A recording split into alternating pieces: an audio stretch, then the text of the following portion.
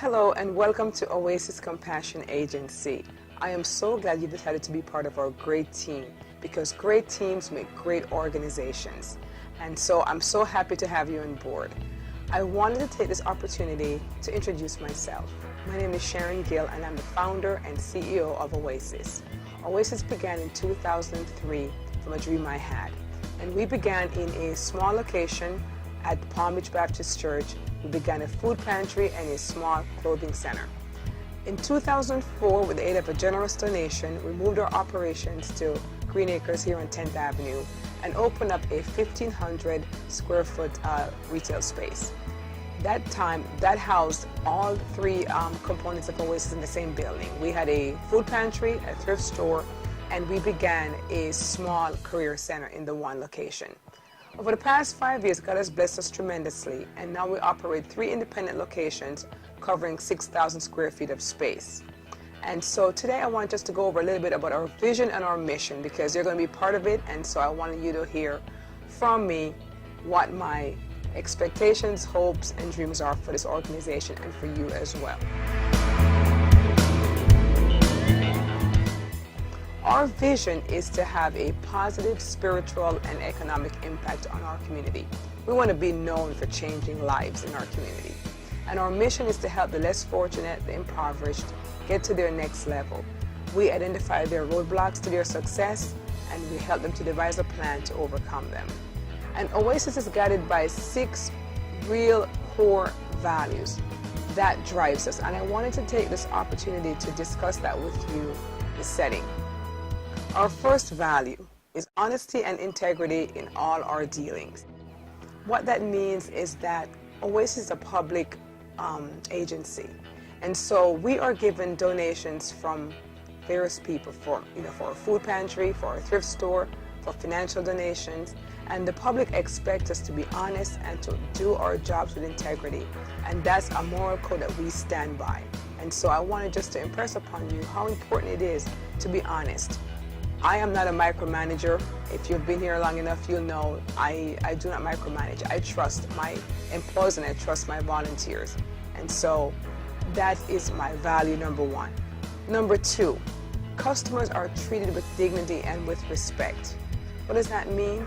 It means that when clients come here, clients/customers come here, they are already at a very low place in their life. They are depressed. They may feel abandoned by a loved one. They may be a battered woman. They may be just lost their job. They may be the victim of some domestic abuse. Whatever their issues are, they're here and they're looking for a place of hope. And so my motto has always been that customers should feel as if they're paying for the services. So we want them to be treated, and I want them to be treated with a lot of dignity and with respect. They should feel no difference here getting free services than they would if they were paying exorbitant prices. My third value is that customers' interest should be put above our interest.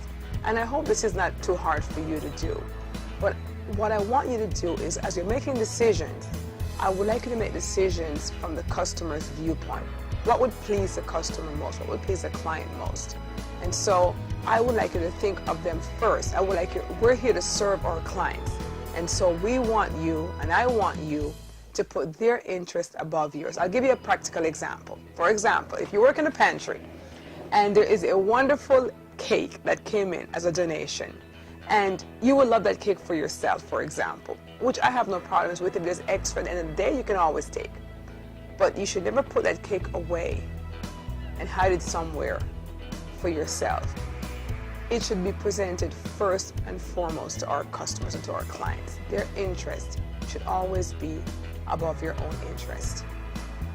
My fourth code, excellence without excuses. This is a favorite one of mine. There's a scripture in the Bible about a gentleman by the name of Daniel. And the Bible talked about how he had an excellent spirit. And because we represent God here at Oasis, I want everything that we do to be done with excellence. No excuses. And that includes if we walk into the food pantry or to the thrift store or to the career center and there is a scrap of paper on the floor, pick it up, because we're representing God to the community. And so I want us to always keep our eyes out for what's pleasing to God and what's going to be pleasing to our clients. So they could have a pleasant experience when they come here. There's no job at Oasis that's too small for somebody. We do not have janitorial services. Our staff and volunteers do the work of the janitors. In other words, if the bathroom needs cleaning, pitch right in. If the floor needs mopping, pitch right in. There really are no excuses at Oasis. Other core values that's very, very important, perhaps maybe even the most important, is our volunteers, you, and our staff, the person who's probably showing you this video, are our most important asset. In some corporations, assets are trust funds, they're buildings. At Oasis, we do not have the luxury of trust funds or buildings that we own. But we do have amazing and great and wonderful volunteers and staff. And you, I'm sure, will become one of those wonderful, amazing volunteers. And so our most important assets are you. If you decide not to come to work, the company hurts. If all our staff and volunteers choose to resign tomorrow, then Oasis would cease to exist. So without you, the company, the organization is nothing. And finally, this probably applies more to me than even to you, but we believe in moral accountability without compromise. And by that I mean that I have a board of directors, and Oasis does, that oversees my work with the finances, oversees my decisions. And so we're all accountable to someone. Ultimately, we're accountable to God, but I'm also accountable to a board. And so you're accountable to your team members, you're accountable to the staff member who's supervising you. But again, most importantly, you are accountable to God. And one of the scriptures that I've used to demonstrate that principle is taken from Colossians chapter 3, verses 23 to 24, which says, basically, work as if you're working for the Lord. That it is the Lord who gives you your reward. And if you work that way, if you work as if you're working for God, that God is your ultimate boss, then I have nothing to worry about. And so I just want to welcome you on board, and I hope to see you in person soon. I have an open door policy. I work at the Career Center, and you could come any day, pop in and see me Monday to Friday. And if I don't get a chance to see you for some reason, I hope to see you at the next volunteer event, and if not, at the Christmas party, typically at my home in December. God bless you, and thank you again for being part of our wonderful organization and part of our great team. I look forward to working and serving the community with you. God bless.